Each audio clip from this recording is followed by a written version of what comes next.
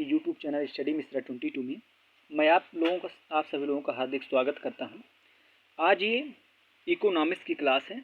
ठीक है, इसमें इकोनॉमिक्स क्या है, इकोनॉमिक्स ये दोनों के बारे में जानेंगे, जैसे अर्थशास्त्र या अर्थव्यवस्था दोनों के बारे में जानेंगे हम। ठीक है, तो पहले हेडिंग पर ध्यान देते हैं। ठीक है, तो सबसे पहले हम देखेंगे कि अर्थशास्त्र की परिभाषा क्या है, फिर देखेंगे कि कुछ वैज्ञानिकों का मत क्या है, कौन कौन से वैज्ञानिक क्या क्या मत देते हैं अर्थशास्त्र का।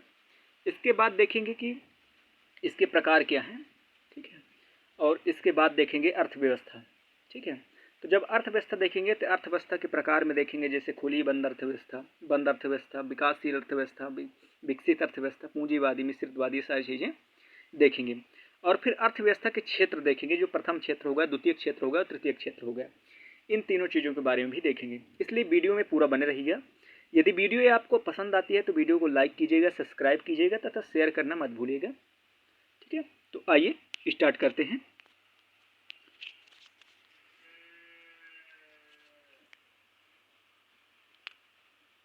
ठीक है, तो आज हम देखेंगे अर्थशास्त्र, जिसे क्या बोलते हैं, इकोनॉमिक्स भी कहते हैं। ठीक है, तो सबसे पहले देखते हैं कि अर्थशास्त्र, जिसे इकोनॉमिक्स और इसके प्रकार के बारे में जानेंगे। सबसे पहले थोड़ी सी जानकारी ले लेते हैं। अर्थशास्त्र सामाजिक विज्ञान की वह शाखा है जिसके अंतर्गत वस्तु और सेवाओं के उत्पादन, वितरण, विनिमय और उपभोग का अध्ययन किया जाता है। तो जो नॉर्मल परिभाषा बताई गई है वो ये बताई गई है कि अर्थशास्त्र जो है वो सामाजिक विज्ञान की वह शाखा है जिसके अंतर्गत हम क्या क्या देखते हैं, वस्तु और सेवा के उत्पादन देखते हैं, वितरण देखते हैं, विनिमय देखते हैं और उसका उपभोग देखते हैं। देखिए, सरल भाषा में समझाने का प्रयत्न कर रहे हैं कि जो अर्थशास्त्र है वो सामाजिक विज्ञान की वह शाखा है, जो आपके समाज है उसमें वह शाखा है जिसके अंतर्गत आप वस्तु का क्या करते हैं, वस्तु हो गया, ठीक है, उसमें सेवाएं हो गए, उत्पादन हो गए, आप क्या उत्पाद करते हैं, वितरण हो गया, आप उसको वितरण कैसे करते हैं, विनिमय हो गया और उपभोग के माध्यम से अध्ययन किया जाता है। अब आगे देखते हैं अर्थशास्त्र की परिभाषा। तो अर्थशास्त्र की परिभाषा के बारे में देखेंगे और भी देखेंगे कि कौन कौन से वैज्ञानिकों का क्या मत है। ठीक है, देखते हैं जिसमें धन संबंधी क्रियाओं का अध्ययन किया जाता है अर्थशास्त्र कहलाता है। तो अर्थशास्त्र क्या कहलाता है, जिसमें धन संबंधी क्रियाओं का क्या किया जाता है, अध्ययन किया जाता है, उसे क्या कहते हैं, अर्थशास्त्र कहते हैं। और जो अर्थशास्त्र के पिता है उसे कौन बोले जाते हैं, एडम स्मिथ बोलते हैं। ठीक है, वेल्थ ऑफ नेशन इनकी पुस्तक है जिसे उन्होंने 1776 ईस्वी में प्रकाशित किए थे। तो अपने फिलहाल आते हैं क्वेश्चन में कि जिसमें धन संबंधी क्रियाओं का अध्ययन किया जाता है अर्थशास्त्र कहलाता है। जिसमें धन संबंधी, इकोनॉमी मतलब आपकी क्या है, अर्थशास्त्र मतलब आपकी आर्थिक स्थिति। ठीक है, समझने के तौर पर देखिए कि आपकी आर्थिक स्थिति क्या है।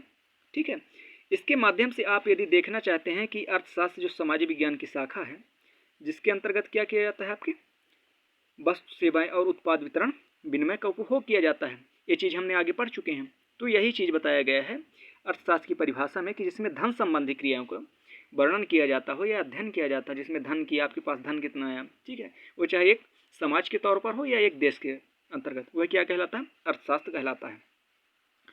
ठीक है, अर्थशास्त्र की विषय सामग्री का संकेत इसकी परिभाषा से मिलता है। तो जो इसका विषय सामग्री है इसके परिभाषा से मिलता है। आगे देखते हैं, अर्थशास्त्र वह विज्ञान है, जो अर्थशास्त्र है वह विज्ञान है, ठीक है, जो मानव के स्वाभाविक वैकल्पिक उपयोग करने वाले संसाधनों और उनके प्रयोग के माध्य संबंध का अध्ययन कराता है।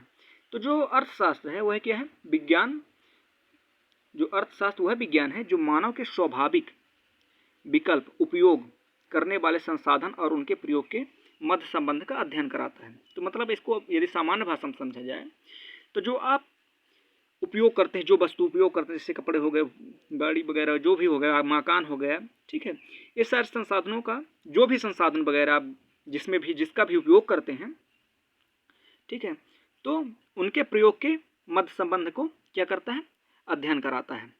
तो इस बात को ध्यान रखिएगा। आगे अब देखते हैं हम कि कौन कौन से वैज्ञानिक ने क्या क्या इसकी परिभाषा बताने का प्रयास किया है।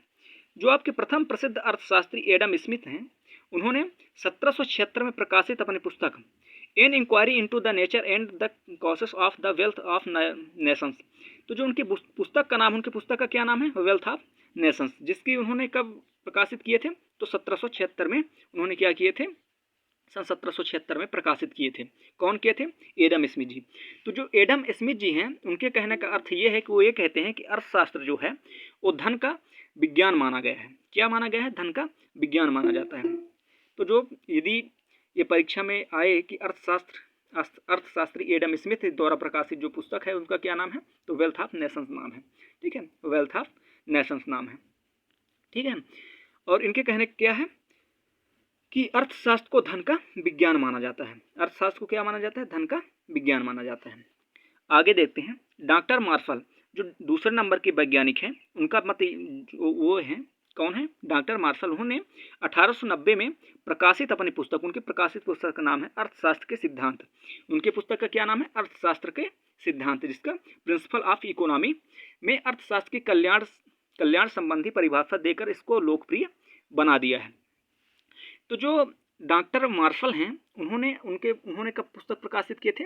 सन 1890 में प्रकाशित अपनी पुस्तक, जिसमें क्या है? अर्थशास्त्र के सिद्धांत, प्रिंसिपल ऑफ इकोनॉमी बताया गया है। ठीक है, इसमें उन्होंने क्या किया है कि अर्थशास्त्र की कल्याणकारी संबंधी जो परिभाषा देते हैं, देकर उन्होंने क्या किया? उसको और लोकप्रिय बना दिए हैं।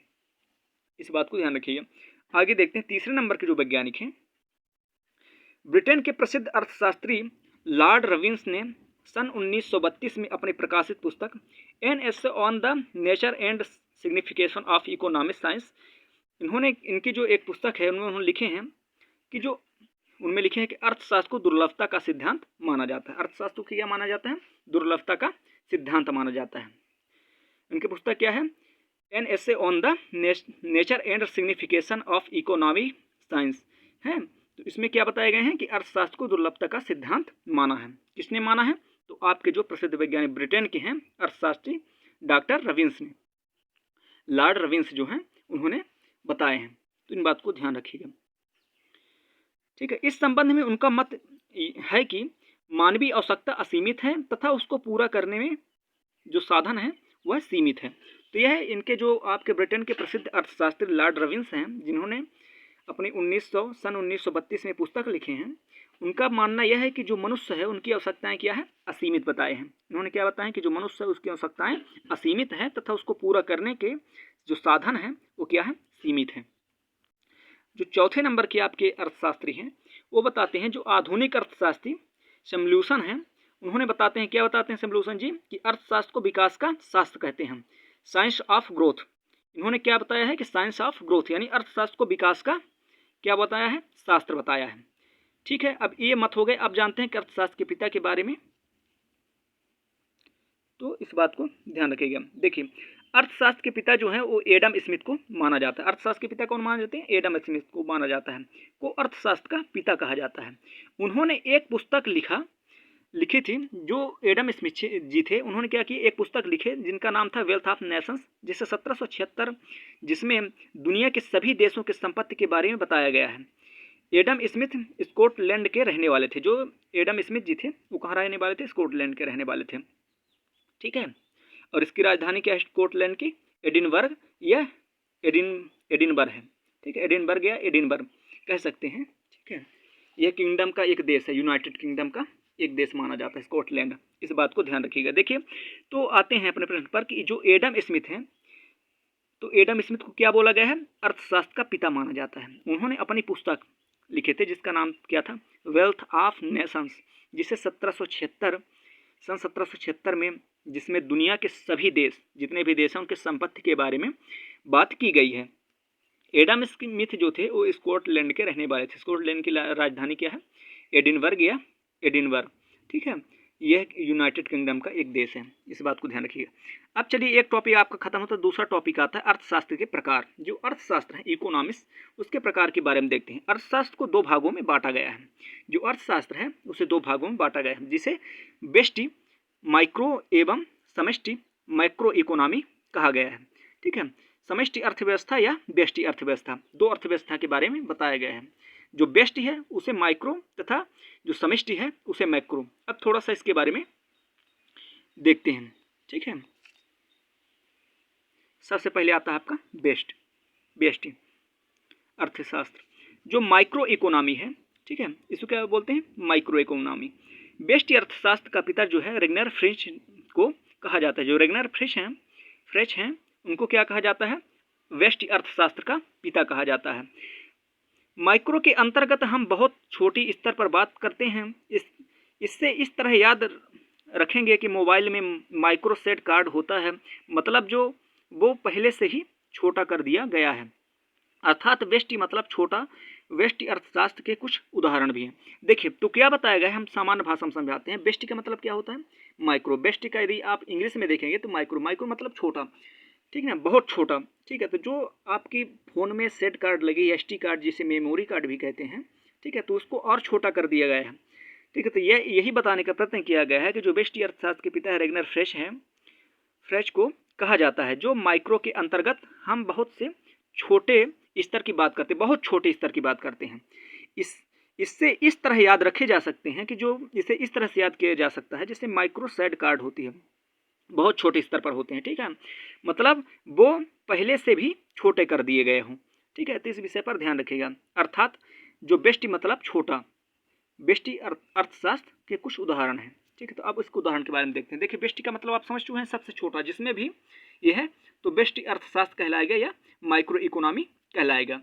इस बात को ध्यान रखिएगा। अब देखते हैं कि जो व्यष्टि आपके अर्थशास्त्र है उसके क्या क्या बताए गए हैं, कुछ उदाहरण बताए गए हैं, जिनमें से उदाहरण देखते हैं। प्रति व्यक्ति आय। ठीक है, तो जो आपकी प्रति व्यक्ति आय है, पर कैपिटल इनकम जो है, यह आपकी प्रथम हो गया, प्रथम उदाहरण है यह माइक्रो का। दूसरा उदाहरण कौन सा है? मांग एवं आपूर्ति, डिमांड एवं सप्लाई। तो आपसे यदि ये पूछता है कि व्यष्टि, आपसे क्वेश्चन में इस तरह भी प्रश्न पूछे जा सकते हैं कि व्यष्टि अर्थशास्त्र के उदाहरण हैं। ठीक है, तो इस तरह से आपके आ सकते हैं क्वेश्चन, तो इन बातों को ध्यान रखिएगा। आगे है राजस्व, जिसे रेवेन्यू कहते हैं। आगे है कि आपका उपयोगिता, जिसे यूटिलिटी कहते हैं। आगे है आपका सातवां है कि कीमत सिद्धांत है, जिसे प्राइस थ्योरी कहते हैं, और मांग सिद्धांत, जिसे डिमांड थ्योरी भी कहते हैं। इस बात को ध्यान रखिएगा। देखिए प्रति व्यक्ति आय, पर कैपिटल इनकम, मांग एवं आपूर्ति, डिमांड एंड सप्लाई, राजस्व रेवेन्यू, उपयोगिता यूटिलिटी। ठीक है, एक के बाद है कीमत सिद्धांत, प्राइस थ्योरी, मांग सिद्धांत, डिमांड थ्योरी। इस बात को ध्यान रखिएगा। ठीक है, तो आप हमने अभी तक में क्या क्या पढ़े? सबसे पहले ये देखे हैं कि अर्थशास्त्र के पिता कौन है। अर्थशास्त्र की पहले परिभाषा देखें हैं, जिसमें धन संबंधी ज्ञान बताया जाता है। ठीक है, तो अर्थशास्त्र कहलाता है, रिवीजन कर रहे हैं थोड़ा सा। इसके बाद हमने देखे कि अर्थशास्त्र के जो महान वैज्ञानिक थे आपके एडम स्मिथ, जिन्हें अर्थशास्त्र का पिता कहा जाता है। वेल्थ ऑफ नेशंस, जिनकी 1776 में उन्होंने अपने बुक को प्रकाशित किए थे, जिसमें सभी देश के बारे में वर्णन किया गया है। इसके बाद हम अर्थशास्त्र के प्रकार पर आए हैं। व्यष्टि अर्थशास्त्र, जिसे माइक्रो इकोनॉमी, तथा समष्टि अर्थशास्त्र, जिसे मैक्रो इकोनॉमी कहते हैं। अब देखते हैं आपका जो व्यष्टि अर्थशास्त्र था, इसके अंतर्गत हमने क्या देखा कि रेगनर फ्रेश को इस व्यष्टि अर्थशास्त्र का पिता माना गया है। ठीक है, इसमें छोटे स्तर की बात की गई है, जैसे आपके सेट कार्ड या एसडी कार्ड लगी हुई है, एसडी कार्ड जिसे आप मेमोरी भी कहते हैं। ठीक है, और इसके उदाहरण बताया गया है प्रति व्यक्ति आय। जैसे प्रति व्यक्ति आय का मतलब हम साधारण बोलते हैं, जैसे एक व्यक्ति हो गया, उसके घर में कितना पैसा आता है, इसकी बात क्या की गई है, एक छोटे स्तर पर बात की गई है, इसलिए इसको क्या कहते हैं, प्रति व्यक्ति आय कहते हैं। अब मांग एवं आपूर्ति। अब मांग मतलब कि एक सामान्य व्यक्ति के लिए क्या मांग हो सकती है, ठीक है, उसकी बात की गई है। ठीक है, डिमांड एंड सप्लाई। और जो राजस्व क्या वसूली वगैरह, ये सब जो राजस्व वगैरह है, ये रेवेन्यू। ठीक है, तो इसके बारे में बताया गया है। उपयोगिता, वो व्यक्ति क्या उपयोग करेगा, ये सारी चीज़ें किसके बारे में बताता है, माइक्रो, मतलब छोटे स्तर की बात करता है। समष्टि जो है, देखिए यदि साधारण बात में देखा जाए तो जो व्यष्टि है, तो एक व्यक्ति को ले लीजिए, कि एक व्यक्ति, एक परिवार की बात ले लीजिए, और जो समष्टि है उसे पूरा देश के भाव से देखिए, तो इस तरह से आप समझ पाएंगे। उदाहरण के तौर पर मैं आपको बताने का प्रयत्न किया हूँ। आगे जो आपकी समष्टि है, जो मैक्रो इकोनॉमी, वो माइक्रो है, मैक्रो है। ठीक है, इस बात को ध्यान रखिएगा। समष्टि अर्थशास्त्र के पिता जॉन किन्स हैं। जो समष्टि अर्थशास्त्र के हैं वो कौन है, जॉन किन्स हैं। ठीक है, को कहा जाता है, यहाँ कहा जाता है नहीं, यहाँ पास गलत लिखा है, मिसप्रिंटिंग है, को कहा जाता है। ठीक है, इसके अंतर्गत हम बड़े स्तर का पर बात करते हैं। यहाँ पर हम क्या करते हैं, बड़े स्तर की बात करते हैं। यह व्यष्टि का क्या है, विपरीत है। व्यष्टि का क्या है, विपरीत है। व्यष्टि में हम थोड़े से चीज़ों के ध्यान देते थे। ठीक है, और जो समष्टि है उसमें समस्त देश के बारे में जानकारी हम देखेंगे, तो इस बात को ध्यान रखिएगा। अब देखते हैं इसके कुछ उदाहरण दिए गए हैं। जो आपके समष्टि और व्यष्टि आपके समझ में आ गया है क्या है। तो जो आपकी समष्टि है वो क्या है, आपके संपूर्ण देश के बारे में बताया गया है, हिसाब से आप समझ सकते हैं। जैसे आपका है राष्ट्रीय आय, नेशनल इनकम, जो नेशनल इनकम है वो राष्ट्रीय आय आपका प्रथम उदाहरण होगा। योजना, प्लानिंग, कर, टैक्स, बजट, बैंकिंग आदि, ये सब चीज़ें किस में बताया गया है आपके, तो आपके समष्टि में बताया गया है, मैक्रो इकोनॉमिक्स में बताया गया है। ठीक है, जो आपकी समष्टि है वो समष्टि का मतलब समस्त मान सकते हैं आप, एक समष्टि से समस्त लीजिए, समस्त देश की बात की गई है। उदाहरण पर समझिए कि जो समष्टि ये सम है, तो यहीं से आप समस्त की बात की, समस्त देश की बात की गई है। और जो आपकी बेष्टि है वो एक व्यक्तिगत, व्यक्ति और बेष्टि। ठीक है, तो यह ट्रिक से आप याद रखिएगा। आगे हम देखते हैं, ठीक है, कि अगर हम केवल एक व्यक्ति की आय के बारे में आकलन कर रहे हैं तो वह बहुत छोटे स्तर पर बात कर रहे हैं, अतः माइक्रो का पार्ट होगा। लेकिन जब पूरे देश की आय अर्थात राष्ट्रीय आय का आकलन करते हैं तो वह व्यापक स्तर हो जाता है, इसे माइक्रो का भाग होता है। तो अभी हमने आपको बताया कि जो यदि आप एक व्यक्ति है उस व्यक्ति के परिवार के बारे में सोचेंगे तो क्या है आपके माइक्रो, ठीक है, वह व्यष्टि अर्थशास्त्र है। और यदि आप समष्टि करते हैं तो आपके समस्त देश के बारे में बताया गया है। तो इस चीज़ को समझने का प्रयास कीजिएगा। चलिए आगे देखते हैं अर्थशास्त्र, अर्थव्यवस्था। अभी तक हमने अर्थशास्त्र देखे, ठीक है, अब देखते हैं अर्थव्यवस्था। पहले से एक बार फिर से रिवीजन कर लेते हैं कि जो आपका, फिर इसके बाद आगे बढ़ते हैं। ठीक है, तो अर्थशास्त्र के बारे में आपने देख लिया, समष्टि व्यष्टि ये दो प्रकार होते हैं। ठीक है, तो जिसमें एक व्यक्ति के बारे में बताया गया हो या एक परिवार के बारे में, वह छोटा है, व्यष्टि कहलाएगा व्यक्ति के लिए, और समष्टि मतलब संपूर्ण देश के बारे में बताया गया है। चलिए अब देखते हैं अर्थव्यवस्था। अर्थव्यवस्था वह संरचना है जिसके अंतर्गत सभी आर्थिक गतिविधियां का संचालन होता है। उत्पादन, उपभोग व निवेश अर्थव्यवस्था की आधारभूत गतिविधियां हैं। अर्थव्यवस्था की संस्थाएं मनुष्यकृत होती है, अतः इनका विकास भी मनुष्य जैसा चाहता हो वैसा ही करता है। तो देखिए, जो अर्थव्यवस्था है वह क्या संरचना है, जो अर्थव्यवस्था वह संरचना है जिसके अंतर्गत, जो अर्थव्यवस्था है वह संरचना है, जो अर्थशास्त्र था वो अलग है, ये अर्थव्यवस्था अलग है, इस बात को ध्यान रखिएगा। इसे इकोनॉमी और इकोनॉमिक्स भी, ठीक है, इसमें बहुत अंतर है। तो जो आपका वो अर्थशास्त्र था तो उसमें तो आपकी आर्थिक गतिविधियों के बारे में बताता था कि आपके धन वगैरह बताए, चाहे वो देश के बारे में हो चाहे एक व्यक्ति के बारे में हो। ठीक है, तो इस बात को ध्यान रखिएगा। आगे जो अर्थव्यवस्था है, यह अर्थव्यवस्था वह संरचना है जिसके अंतर्गत सभी आर्थिक गतिविधियों का संचालन होता है। आर्थिक गतिविधियों क्या होता है, संचालन होता है। उत्पादन, उपभोग व निवेश अर्थव्यवस्था की आधारभूत गतिविधियां हैं। जो आधारभूत क्या है, गतिविधियां हैं, क्या गतिविधियां हैं, ठीक है, गतिविधियां हैं। अर्थव्यवस्था की संस्थाएं जो है मनुष्यकृत होती है। अर्थव्यवस्था की क्या होती है, मनुष्यकृत होती है, मनुष्य अपने से ही उसको डिसाइड करता है। ठीक है, इस बात को ध्यान रखिएगा। अतः इनका विकास भी मनुष्य जैसा चाहता है वैसा ही करता है। तो मनुष्य जैसा इसका विकास चाहता है वैसा करता है। अब देखते हैं अर्थव्यवस्था के प्रकार, अर्थव्यवस्था के प्रकार। ठीक है, तो ये बहुत महत्वपूर्ण पार्ट है, अब आगे ध्यान रखिएगा। अर्थव्यवस्था के प्रकार के बारे में हम देखते हैं। ठीक है, तो इस चीज़ को ध्यान रखिएगा। तो जो आपका ये अर्थव्यवस्था है इसके बारे में देखते हैं। सबसे पहला है आपका खुली अर्थव्यवस्था, बंद अर्थव्यवस्था, विकासशील अर्थव्यवस्था होती हैं आपके, विकसित अर्थव्यवस्था होती हैं। ये सारी चीज़ें में हम लोग देखते हैं। ठीक है, तो आप ध्यान रखिएगा। तो सबसे पहले देखते हैं बंद अर्थव्यवस्था। बंद अर्थव्यवस्था मतलब खुली अर्थव्यवस्था। सबसे पहले कौन सी है, खुली अर्थव्यवस्था। यह नियंत्रण मुक्त अर्थव्यवस्था है जो स्वतंत्र प्रतियोगिता को प्रोत्साहित करता है। वैश्वीकरण की नीति में सभी देश मुक्त अर्थव्यवस्था को अपना रहे हैं। तो जो अर्थव्यवस्था है जिसमें से खुली अर्थव्यवस्था, खुली मतलब आप समझ सकते हैं कि खुली वैसे भी आप समझ सकते हैं कि हर देश से जो व्यापार कर सके वो खुली अर्थव्यवस्था है। ठीक है, जिसमें स्वतंत्र प्रतियोगिता को प्रोत्साहित करते हुए, मतलब जो आपकी प्रतियोगिता है उसको प्रोत्साहित करते हुए वैश्वीकरण के नीति के सभी देश मुक्त अर्थव्यवस्था को अपना रहे हैं। तो जो सभी देश हैं वो कौन से क्या अपना रहे हैं, आपकी खुली अर्थव्यवस्था अपना रहे हैं। आगे अब देखते हैं, दूसरा आपका आता है बंद अर्थव्यवस्था। ठीक है, बंद अर्थव्यवस्था यह एक ऐसी अर्थव्यवस्था है जो विश्व के साथ किसी प्रकार की विदेशी व्यापार की क्रिया को संपन्न नहीं करता है। इस प्रकार की आर्थिक क्रिया एक देश की सीमा के अंदर होता है। तो जो बंद अर्थव्यवस्था वैसे भी देख सकते हैं आप बंद। खुली अर्थव्यवस्था मतलब जो विदेशियों के साथ क्या करे, व्यापार करे, इसे हर देश करते हैं। ठीक है, ज़्यादातर देश करते हैं। और जो बंद अर्थव्यवस्था यह क्या है कि यह एक ऐसी अर्थव्यवस्था है जो विश्व के के साथ किसी प्रकार की विदेशी व्यापार की क्रिया को संपन्न नहीं करता। इस बात को विशेष ध्यान रखिएगा, ठीक है। तो विदेशी व्यापार की क्या करता है, संपन्न नहीं करता है, ठीक है। तो इस प्रकार की आर्थिक क्रिया एक देश की सीमा के अंदर होता है, ठीक है। तो एक देश के क्या होता है, सीमा के अंदर। अच्छा, अब आपके मन में प्रश्न उठता होगा कि अच्छा ठीक है, खुली अर्थव्यवस्था तो जान गया कि हर देश करते हैं लगभग, और सब जो नहीं भी करते वो करने के लिए आगे बढ़ रहे हैं। लेकिन जो बंद अर्थव्यवस्था, क्या ऐसा कोई देश है जो कि बंद अर्थव्यवस्था को रखता हो?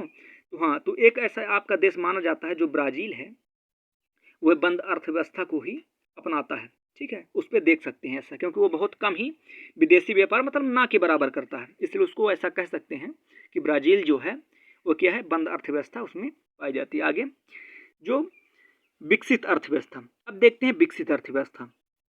इस प्रकार की अर्थव्यवस्था आर्थिक गतिविधियों एवं विकास के एक बेहतर स्तर का प्रतिनिधित्व करती है। इस प्रकार की अर्थव्यवस्था में किसी सीमा या मापदंड का निर्धारण करना कठिन है।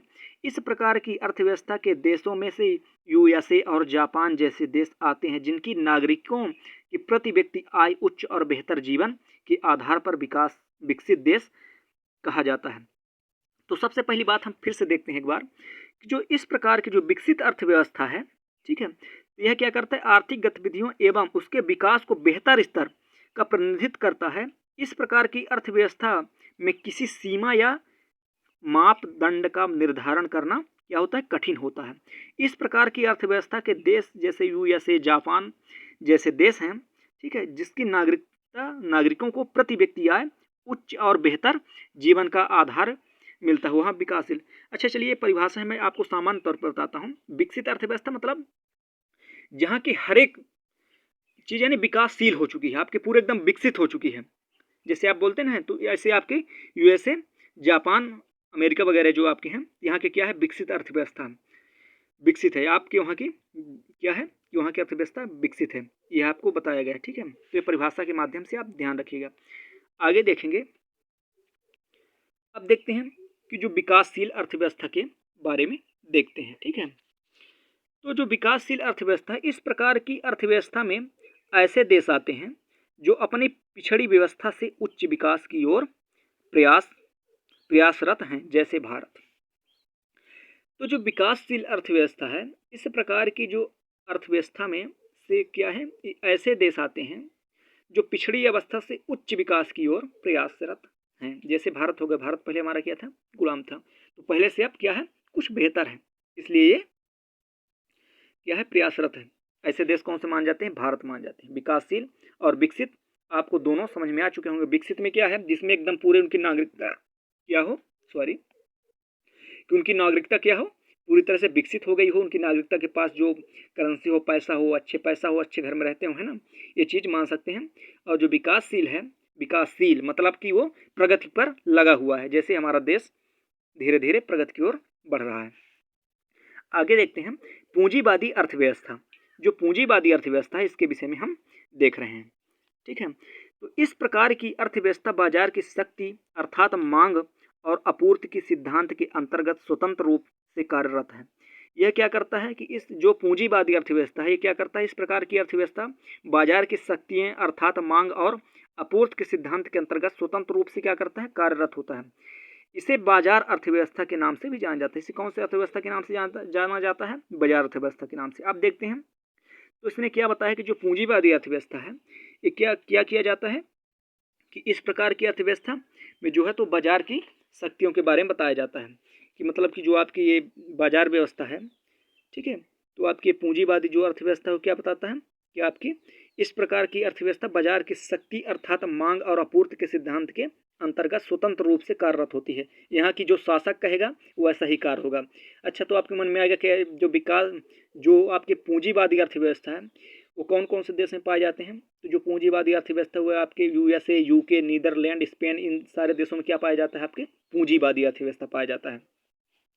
अब देखते हैं आपका समाजवादी अर्थव्यवस्था। इस प्रकार की अर्थव्यवस्था जो है तो क्या होती है, जो आपकी पूंजीवादी होती है वह तो ठीक है, लेकिन जो समाजवादी अर्थव्यवस्था है, इस प्रकार की अर्थव्यवस्था कार्ल मार्क्स के सिद्धांत पर आधारित व्यवस्था का प्रतिपादन करता है। जो कार्ल मार्क्स थे उनके सिद्धांत पर क्या करता है, आधारित व्यवस्था का प्रतिपादन करता है।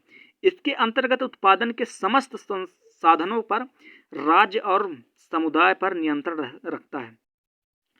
तो जो आपका जो समाजवादी अर्थव्यवस्था है, तो इस प्रकार की अर्थव्यवस्था कार्ल मार्क्स के सिद्धांत पर आधारित है। और जो यह व्यवस्था है तो वह किसका प्रतिनिधित्व, यह क्या करता है, प्रतिपादन करता है किसके, कार्ल मार्क्स के सिद्धांत का। और इसके अंतर्गत हमें क्या क्या जानकारी प्राप्त होती है, जो उत्पादन के समस्त संसाधन पर राज्य और किसका होता है, राज्य का और समुदाय का नियंत्रण रहता है। जैसे सोवियत रूस में क्या है, इसका उदाहरण कौन सा है, सोवियत रूस है, जिसमें क्या है, आपके समाजवादी को करता है। ठीक है, अब आगे हम देखते हैं कि मिश्रितवादी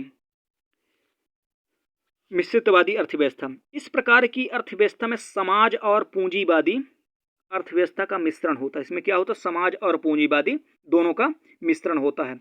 आर्थिक संसाधनों का महत्वपूर्ण भाग पर राज्य का नियंत्रण होता है। उसी के साथ निजी क्षेत्र को विकास का अवसर प्राप्त होता रहता है। जैसे भारत देखिए, तो क्या बताया गया है कि जो आपके संसाधन हैं, मिश्रित अर्थव्यवस्था है, तो इसमें क्या बताया गया है कि आपकी जो कौन सी जो आपकी बताई गई है, जो मिश्रितवादी अर्थव्यवस्था है, उसमें क्या बताया गया है कि जो आपके पूंजीवादी हैं और समाजवादी हैं, उन दोनों के गुण किसमें प्राप्त होते हैं, मिश्रितवादी अर्थव्यवस्था में प्राप्त होते हैं। अच्छा, तो आपके मन में आता हो कि हमारा भारत ही बस मिश्रितवादी है, तो नहीं, भारत बस ही नहीं, अमेरिका, इंग्लैंड और कनाडा भी इस क्या है, मिश्रितवादी अर्थव्यवस्था है। ठीक है, तो इस बात को ध्यान रखिएगा।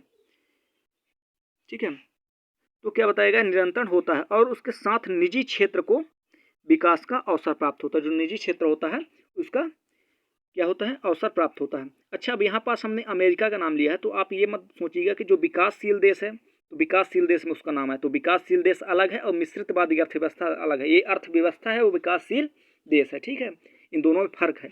कभी कभी बच्चे कन्फ्यूजन हो जाते हैं, इसलिए इसको मैं बता दिया हूँ। आगे अब देखते हैं कि अर्थव्यवस्था के क्षेत्र। ठीक है, तो अर्थव्यवस्था के क्षेत्र देखने से पहले थोड़ा हम रिवीजन करवा देते हैं, पुनः से देख लेते हैं एक बार थोड़ा सा कि सबसे पहले हमने क्या पढ़ा कि पहले इकोनॉमिक्स क्या है। ठीक है, तो इकोनॉमिक्स के बारे में हमने जानकारी प्राप्त किया कि इकोनॉमिक्स क्या है इसके विषय में। ठीक है, कि इकोनॉमिक्स जो आपके धन संबंधी नियमों को बताता है कि आपके धन संबंधी क्या क्या चीज़ें हैं, उस विषय में बताता है। इसके बाद बताता है कि जो आपके दो प्रकार बताए गए हैं, व्यष्टि और समष्टि बताया गया। व्यष्टि मतलब व्यक्तिगत व्यक्ति के लिए बताया गया है, और जो समष्टि है वो आपके पूरे देश के लिए बताया गया है। इस बात को ध्यान रखिएगा। ठीक है, फिर इसके बाद आपका जो ये विकासशील देश हैं, विस्तृत देश हैं, ये आपकी अर्थव्यवस्था आता है। अर्थव्यवस्था के प्रकार में से आपके ये आते हैं सारे। ठीक है, तो आपके विकसित देश हो गए, विकासशील देश हो गए, ये सारी चीज़ें आपने देखे हैं। आपकी मिश्रितवादी अर्थव्यवस्था हो गई, जैसे मिश्रितवादी अर्थव्यवस्था में आपने अमेरिका, इंग्लैंड और कनाडा को देखे हैं। ठीक है, पूंजीवादी में आपने जैसे यूएस, यूके, नीदरलैंड, स्पेन को देखे हैं। समाजवादी जैसे आपने रूस को देखे हैं। ठीक है, तो इस सब चीज़ों को आप ध्यान रखिएगा। अब आगे आते हैं अपने प्रश्न पर, अर्थव्यवस्था के क्षेत्र। इस चीज़ को भी ध्यान रखिएगा, अर्थव्यवस्था के क्षेत्र को कई बार परीक्षाओं में पूछा जाता है। केंद्रीय सांख्यिकी संगठन द्वारा अपनी राष्ट्रीय आय की पहली श्रृंखला में भारतीय अर्थव्यवस्था को 13 क्षेत्र में विभाजित किया गया है। तो जो आपकी केंद्रीय सांख्यिकी संगठन द्वारा अपनी राष्ट्रीय आय पहली श्रृंखला में भारतीय अर्थव्यवस्था के 13 क्षेत्रों में विभाजित किया गया है। कितने क्षेत्रों पर विभाजित किया गया है, 13 क्षेत्रों पर विभाजित किया गया है था। परंतु केंद्रीय सांख्यिकी संगठन ने अपने द्वितीय श्रृंखला को सन 1966-67 में जारी की गई थी में भारतीय अर्थव्यवस्था को 3 क्षेत्रों में, प्राथमिक, द्वितीय और तृतीय क्षेत्र में विभाजित कर दिया। तो जो आपकी अर्थव्यवस्था का जो क्षेत्र है उसके विषय में सब पहले जान लेते हैं। जो आपका केंद्रीय सांख्यिकी संगठन द्वारा था, सबसे पहले क्या था, केंद्रीय सांख्यिकी संगठन था, जिसके द्वारा हमने पहले कितने थे, आपके जो राष्ट्रीय आय की पहली श्रृंखला थी वो भारतीय अर्थव्यवस्था का 13 क्षेत्रों में विभाजित था। कितने क्षेत्रों में था, 13 क्षेत्रों में विभाजित किया गया था। परंतु क्या हुआ कि जो केंद्रीय सांख्यिकी संगठन ने क्या किया कि अपने द्वितीय श्रृंखला को क्या किया, 1966-67 में जारी की गई थी, जिसमें भारत की अर्थव्यवस्था को कितने में कर दिया, 3 क्षेत्रों में किया। तो 3 क्षेत्रों में कब किया, 1966-67 में, पहले 13 क्षेत्र में विभाजित था। इस बात को ध्यान रखिएगा। अब देखते हैं प्राथमिक क्षेत्र। प्राथमिक क्षेत्र है, इस क्षेत्र में कृषि, वन क्षेत्र, मत्स्य क्षेत्र और खाने आदि प्राकृतिक संसाधन शामिल हैं। इसमें इसे द्वितीयक क्षेत्र के लिए कच्चा माल मिलता है। तो जो आपका ये प्रथम क्षेत्र क्या हो गया, आपका वन हो गया, कृषि हो गया, मत्स्य क्षेत्र हो गया और खाने आदि के प्राकृतिक संसाधन जितने भी शामिल, मतलब जो प्रथम उपयोग है, जैसे आपकी वन हो गया, कृषि क्षेत्र हो गया, मत्स्य क्षेत्र हो गया, ठीक है, जो जो मतलब प्रथम क्षेत्र हैं, ठीक है। तो वो कौन से क्षेत्र आते हैं, प्राथमिक में आते हैं। प्राथमिक क्षेत्र में कौन कौन से हैं आपसे पूछा जाता है। प्राथमिक क्षेत्र का उदाहरण है 3-4 ठो दे दिया, कृषि दे दिया, होटल दे दिया आपका, ठीक है, गुड़ बनाने को दे दिया, तो आपका क्या होगा, कृषि क्षेत्र प्रथम क्षेत्र कहलाता है, ठीक है। तो आपका प्रथम क्षेत्र में क्या किया आता है, कृषि आता है, वन क्षेत्र आता है, मत्स्य क्षेत्र आता है, खनन आदि प्राकृतिक जितने भर संसाधन होते हैं, प्राकृतिक जितने भी संसाधन शामिल होते हैं वह प्रथम क्षेत्र में आता है, ठीक है। और इनके द्वितीय क्षेत्र के लिए कच्चा माल मिलता है। अब देखते हैं द्वितीय क्षेत्र क्या है। इस क्षेत्र में प्राकृतिक उत्पादों के विनिर्माण प्रणाली के जरिए अन्य रूप में परिवर्तित किया जाता है, जैसे गन्ने से चीनी बनाना और गुड़ का निर्माण करना। इसके औद्योगिक क्षेत्र भी कहा जाता है। इसे क्या कहते हैं, औद्योगिक क्षेत्र भी। द्वितीय क्षेत्र क्या कहते हैं, औद्योगिक क्षेत्र भी कहते हैं। और प्रथम क्षेत्र क्या कहते हैं, प्राकृतिक संसाधन कहते हैं, ठीक है। प्राकृतिक संसाधन में वो शामिल है, यह बात को ध्यान रखिएगा। तो आपके द्वितीय क्षेत्र में क्या आता है, जैसे आपके गन्ना हो, गन्ना से क्या हुआ, प्रथम क्षेत्र आपका गन्ना हो गया, जो आपके प्रकृति द्वारा यानी प्रथम क्षेत्र हो गया आपका, ठीक है। प्राकृतिक संसाधन हो गया गन्ना, और गन्ना से गुड़ बनाना मतलब आपकी ये हो गए, आपकी लकड़ी बन गई, उस लकड़ी से आपने क्या क्या उपयोग किया, आपने सोप वगैरह बनाया, ठीक है। तो ये सब आपका द्वितीय क्षेत्र आ गया।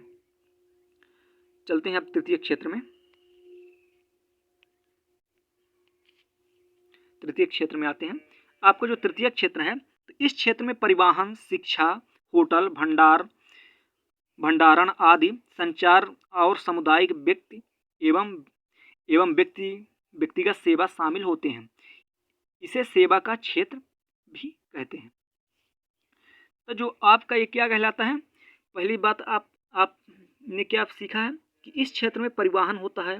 क्या क्या होता है तृतीय क्षेत्र में, परिवहन हो गया, शिक्षा हो गया, होटल हो गया, भंडारण हो गया, और संचार और समुदाय और व्यक्तिगत जो जो उपयोग होता है, व्यक्तिगत जो सेवाएं होती हैं उसके विषय में क्या करता है कि बताता है। तो इस बात को ध्यान रखिएगा। तो आपका ये तृतीय क्षेत्र होगा। अब देख लेते हैं, इस वीडियो का पूरा रिवीजन कर लेते हैं, जो प्रथम क्षेत्र, द्वितीय क्षेत्र, तृतीय क्षेत्र है, ठीक है। तो आपका ये क्षेत्र वगैरह कैसे थे, जो केंद्रीय संघ के संगठन द्वारा था, उसमें पहले कितने क्षेत्र शामिल किए गए थे, 13 क्षेत्र थे। फिर सन 1966-67 में क्या हुआ कि आपको उन क्षेत्र को घटाकर 3 कर दिया गया। उसमें जो आपका प्रथम था वो किसमें था, जो प्राकृतिक संसाधन हो गए, जैसे कृषि हो गया, वन हो गया, क्षेत्र हो गया, मत्स्य क्षेत्र हो गया, इस सारी चीज़ के बारे में बताता है। और दूसरा जैसे हो गया गन्ना से गुड़ बनाना, मतलब प्राकृतिक संसाधन को अपनी आवश्यकता के अनुसार उसको ढालना, उसको द्वितीय क्षेत्र कहलाता है। और द्वितीय क्षेत्र को क्या कहते हैं, औद्योगिक क्रांति कहते हैं, ठीक है। और जो तृतीय क्षेत्र है यह क्या करता है, ये जैसे आपके भंडारण हो गए, होटल हो गया, संचार हो गया, ठीक है, सामुदायिक एवं व्यक्तिगत सेवा शामिल हो गए, इस सारी चीज़ों के बारे में आपको क्या करता है, बताता है। तो ठीक है दोस्तों, यदि आपको ये वीडियो पसंद आई हो तो वीडियो को लाइक कीजिए, सब्सक्राइब कीजिए और शेयर करना मत भूलिए, ठीक है। तब तक के लिए धन्यवाद, अगले वीडियो में मिलेंगे, धन्यवाद।